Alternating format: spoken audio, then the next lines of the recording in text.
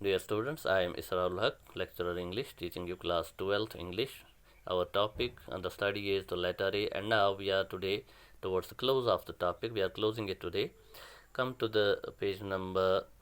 Uh, come to the page number 76 of your textbook.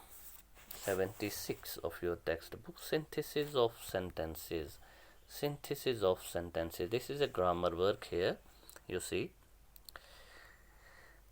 Combine the following pairs of sentences, turning one of them into a phrase as shown in the examples. तो आपको दो sentences को मिलाना है, synthesis करनी है, mix करना है.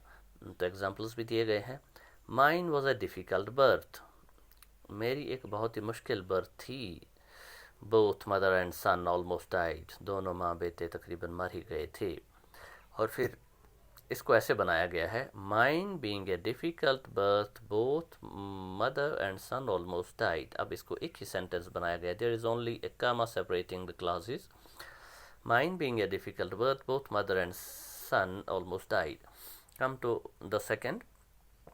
A whole army of relations queued up outside the hospital until the small hours of the morning. They waited for the news. तो पूरे जो रिश्तेदार थे वो सारे हॉस्पिटल के बाहर जमा हो गए थे जब तक कि सुबह का वो टाइम आया. They waited for the news. और वो सुनना चाहते थे क्या न्यूज़ आई, अच्छी न्यूज़ है या बुरी न्यूज़ है, क्योंकि क्रिस्टी की माँ हॉस्पिटल में एडमिट थी उसको जन्म देने के लिए. तो इसको दो सेंटेंसेस को कंबाइन करके एक बनाया गया है. Queuing up outside the hospital until the small hours of the morning, a whole army of relations waited for the news. तो यहाँ पर दो sentences को एक बनाया गया है, तो मीनिंग भी पूरा है. And then we have to do, अब हमको खुद बनाना है, आप बच्चों को बनाना है. Mother was sent to recuperate after my birth for some weeks.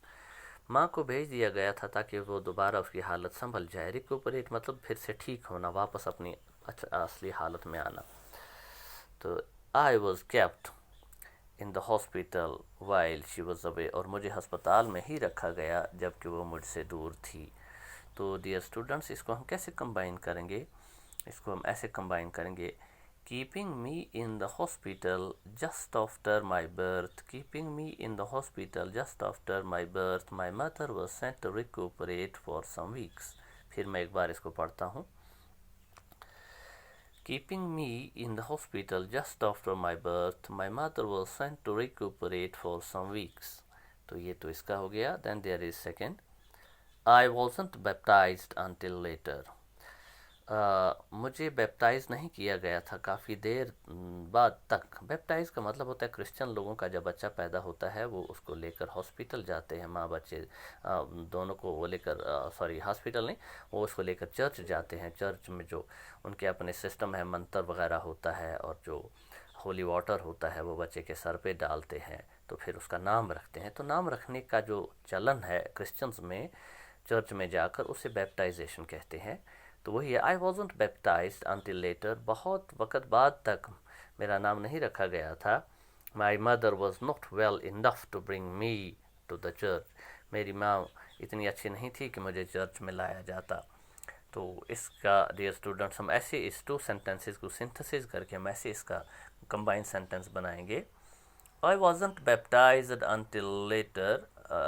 तो इसको हम ऐसे बनाएंगे. My mother being not well enough to bring me to church.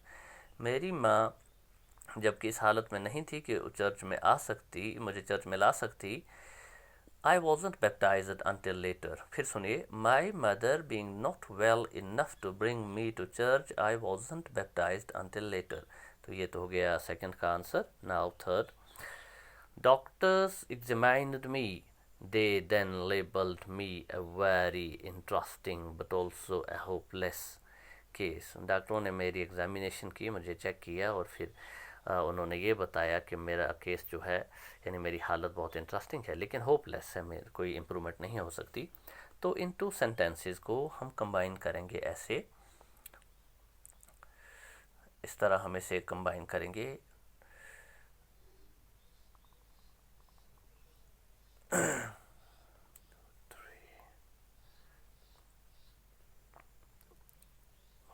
ऐसे ऐसे हम कंबाइन करेंगे। Doctors examined me, they then labeled me a very interesting but also a hopeless case।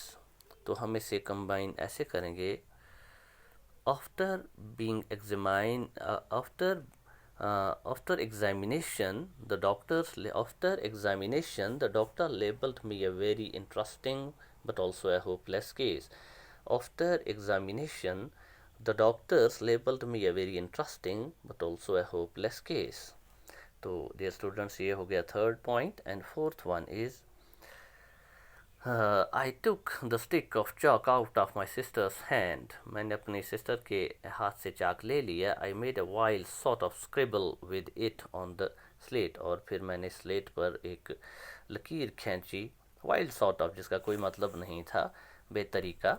और इसका डियर स्टूडेंट्स हम कंबाइन करके सेंटेंस ऐसे बनाएंगे, Taking out the stick of chalk from my sister's hand, I made a wild sort of scribble with it on the slate। फिर सुनिए, Taking out the stick of chalk from my sister's hand, I made a wild sort of scribble with it on the slate। So dear students, this is how we combine uh, two sentences without changing the meaning into one। Okay.